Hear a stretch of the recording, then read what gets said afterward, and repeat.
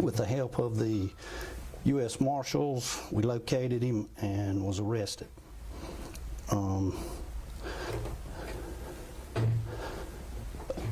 Powell will be charged with 3 counts of murder, 1 attempted murder, and 1 count of possession of a weapon during the commission of violent crime.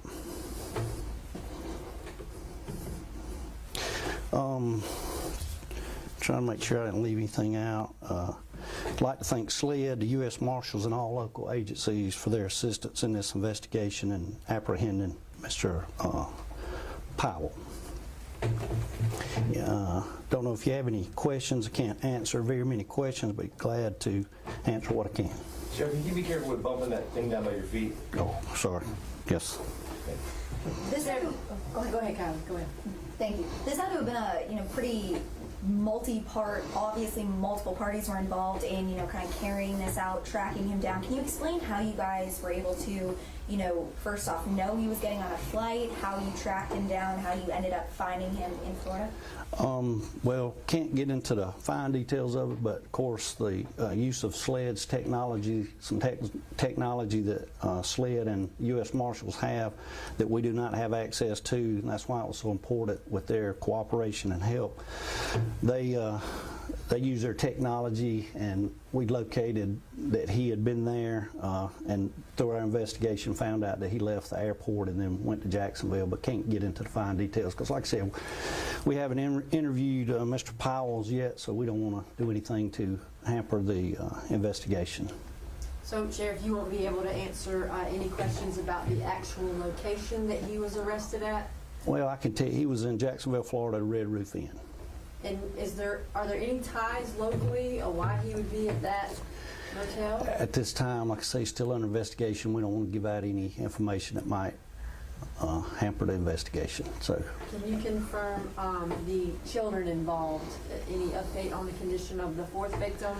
He's a male. He's 8 years old. Seems to be, or our information that we got is he's stable condition, and he's in the hospital. But there again, we don't disclose where he is and really what's going on until we, like I say, complete our investigation. So. Is it true that Powell was related, kind of family ties to the victims?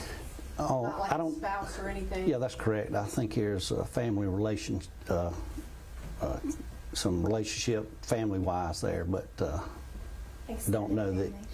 Yeah, don't know the actual relationship, but he is family. Was that his residence? From our information, he stayed there some. Not sure that that's his permanent residence, but he has been there several times, stayed there some. So. Now this may be kind of a weird question, but you'll be able to clear it up. There have been some GoFundMe posts online circulating from Powell asking for help with insulin. Is it too early to say that maybe there's something medically connected to what happened? Like I say, we've seen that post and we're familiar with that, but like I say, we're still looking into that and really can't comment on that either. You mentioned, I think yesterday in your presser, that there might have been some kind of theft at the residence. Is there anything more to that, or? Still ongoing investigation. There was some evidence, that someone had went through the residence, but we don't, like I say, getting with family members and people that are there at the house, surviving people, and get some more information on that this time.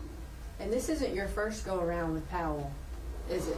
He's had, I think, a domestic violence charge back, but it's been a few years, maybe back in 2013. I'd have to confirm that exact year, but I believe it was back in there. And then he had I can't remember if there was some money from a hotel here in Greenwood that he supposedly had a theft, and he had a court case coming up on that. That was a breach of trust case for May. Yeah, that's right. Mm-hmm. Yeah. Sheriff, can you tell us which airport he flew out of to Jacksonville, where he went from here? From my understanding, I hadn't seen any documentation, but from my understanding, it was Greenville-Spartanburg. Okay. Any idea what time the flight might have been? Like I say, we still, we do, but we don't want to give out some of the sensitive time information due to the investigation. We're looking for his car in that airport, I would think. Well, that's another thing I'm sorry, I keep bumping the podium.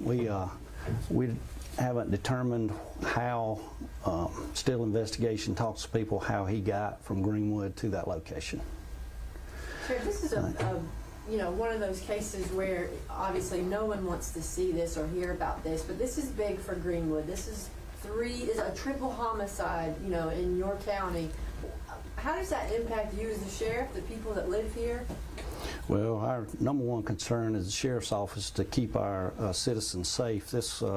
These type of incidents are hard to combat because if there's a family issue or disturbance going in a home, and I'm not saying that's what caused this, we're still investigating, but it's not like some of the other investigations or things we can do to deter these shootings unless a family member or somebody knows that somebody has a weapon and having some mental issues and they contact us. Sometimes we can go see the probate judge and get papers and get somebody some help, but in these situations they're just hard to stop unless somebody gives us some information to maybe to check into. But yeah, these are difficult times. We've had a couple of these over the past few years. We had, I think, one back in 2013. We had I think it was homicide, suicide, multiple family members. So it's always tough in our community. And but we're going to do the best we can in this investigation and bring to justice the people that commit these types of crimes. And we saw last night that officers were out throughout the entire day and night working at this scene. This has to be difficult for the deputies involved investigating this case. Can you talk a little bit about just what it takes to face this kind of case? Yes, long deputies are doing. Yeah, it's long hours, but this is what the men and women in law enforcement sign up for. We try to put all our efforts into bringing the people to justice that commit the crimes.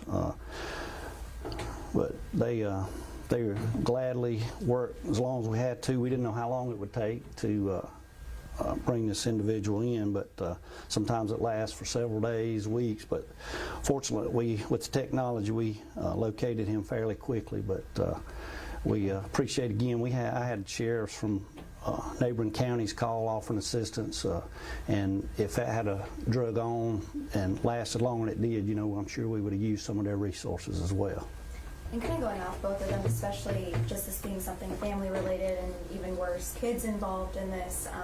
You said this isn't necessarily like a shooting you may see more commonly.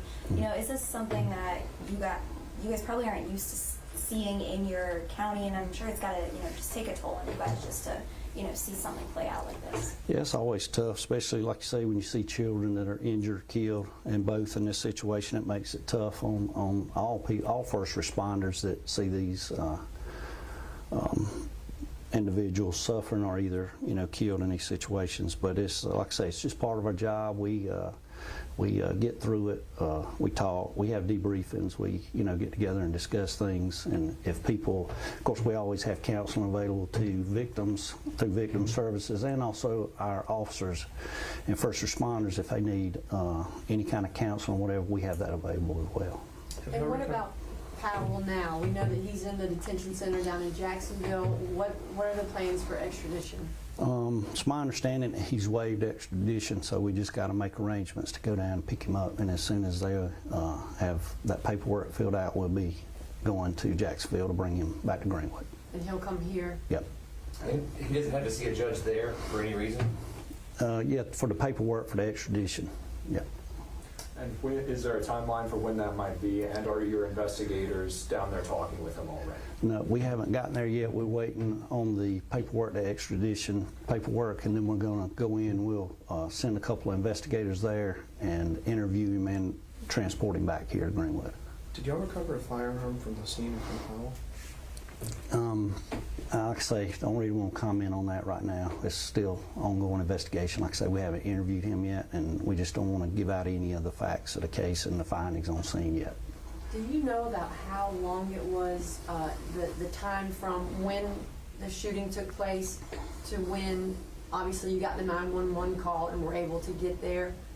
Had you been gone for a long time? There again, we're still checking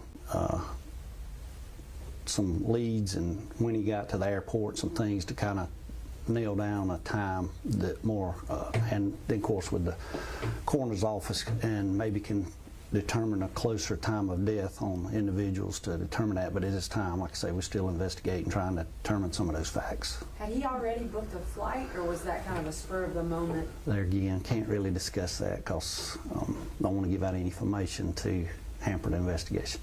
Would it be correct and okay to say you guys use sled technology to track him to the airport and then further to Jacksonville, Florida at the Red Roof Inn? We have, or the SLED and the U.S. Marshals has, technology to help us find people, and they got contacts nationwide, statewide, and nationwide, and those officers helped us nail down some details and locate them. Like I say, just can't really talk about anything with the case right now. You've met with the family. Obviously, tragedy for them. How are they holding up right now? With a death, anytime there's a death and a lot of unanswered questions at this time, so they're really having a tough time right now, but it's understandable. But we're doing everything for the family and the victims advocate that we have, and they do a great job, and we'll get them whatever help and assistance they need. And Sheriff, can you talk to us about the family? How were these people related? Like I say, Mom and 2 kids and then father, or can you not talk about that? Yeah, like I say, not going to discuss those things right now. We're trying to talk to other family members about the individuals that are there, the residents involved in it, so rather not discuss that. All right?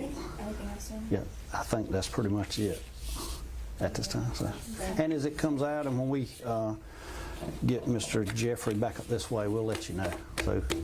Any Yeah, idea ma'am. just if you had to guesstimate, how long the whole extradition takes? It just depends on if the judge, if they get the paperwork done today, we'll be headed that way today. As soon as we can get him and get him interviewed, the better. So we'll be headed. Happen to have a mugshot, do you? We're having a hard time getting Yeah. one from Jacksonville. Oh, we don't have a mug Shot from Jacksonville. from Jacksonville. I have a mug shot from where he was arrested here on the breach of trust. The one that you I don't know who's you have who's that my one, yes, so sir. there was an update. We haven't got one.